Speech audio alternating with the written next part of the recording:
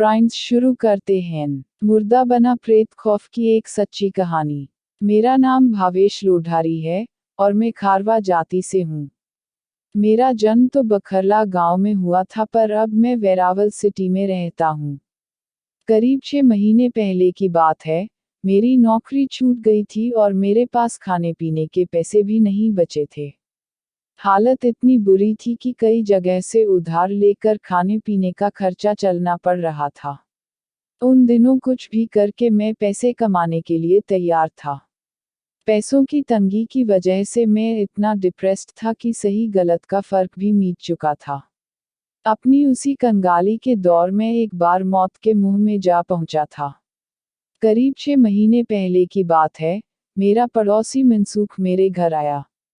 उसने मुझसे कहा कि यार, पैसे कमाने का एक आइडिया है।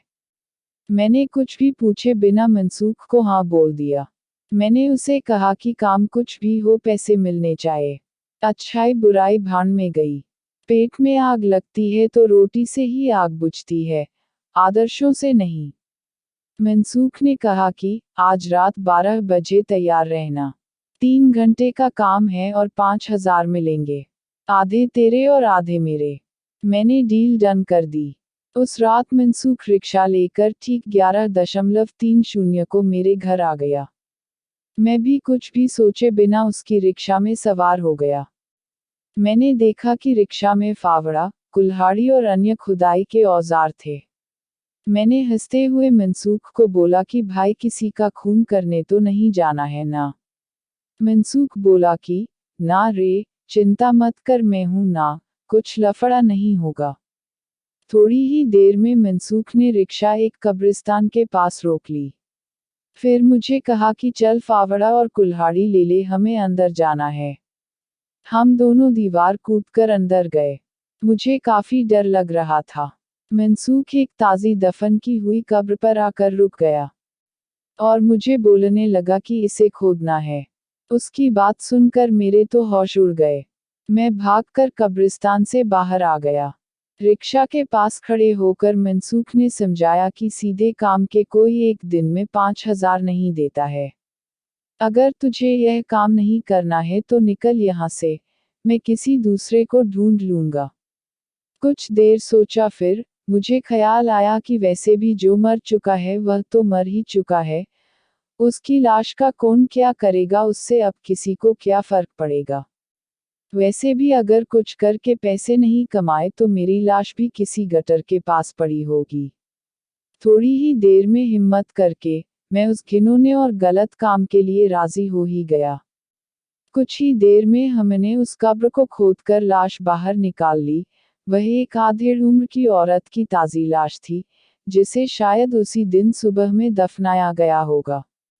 उस लाश की बदबू सिर फाड़ देने वाली थी। जैसे तैसे करके हमने उसे रिक्शा में डाला और खाली कब्र मिट्टी से ढक डाली। उसके बाद जल्दी से हम दोनों भागकर रिक्शा की ओर गए। रिक्शा के अंदर देखा तो हमारी जान निकल गई। वहां रिक्शा से लाश गायब थी। यह अजीब घटना देखकर मेरे तो रोंगटे खड़े हो गए। मैंने मनसूख को बोला कि यार, भाग चलते हैं। मनसूख भी बोला कि हाँ यार, यह तो भूत प्रेत का मामला लगता है। हम दोनों फौरन उस जगह से भागने लगे। मनसूख ने फौरन रिक्शा चालू करना शुरू किया, पर उसकी रिक्शा चालू हो तब हम वहां से भागे ना। अचानक हमारी नज़र कब्रिस्तान की ओर गई। हमने देखा कि वह मुर्दा औरत अपनी कब्र पर बैठी थी और हमारी ओर देखे जा रही थी। अंधेरे में साफ दिख तो नहीं रहा था, पर पक्का अंदाज था कि वहां पर वही मिट्टी सने लाल कपड़ों वाली औरत थी जिसे हमने खोदकर निकाला था। एक लाश को इस तरह अपनी कब्र पर बैठा देखकर हम दोनों की सिट्टी पिट्टी गुल हो गई।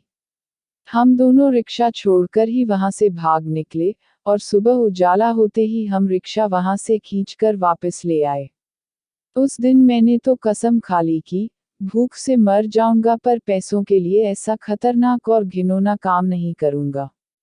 अगर आप लोगों को हमारी स्टोरीज पसंद आए हो तो please subscribe to my channel and press the bell icons.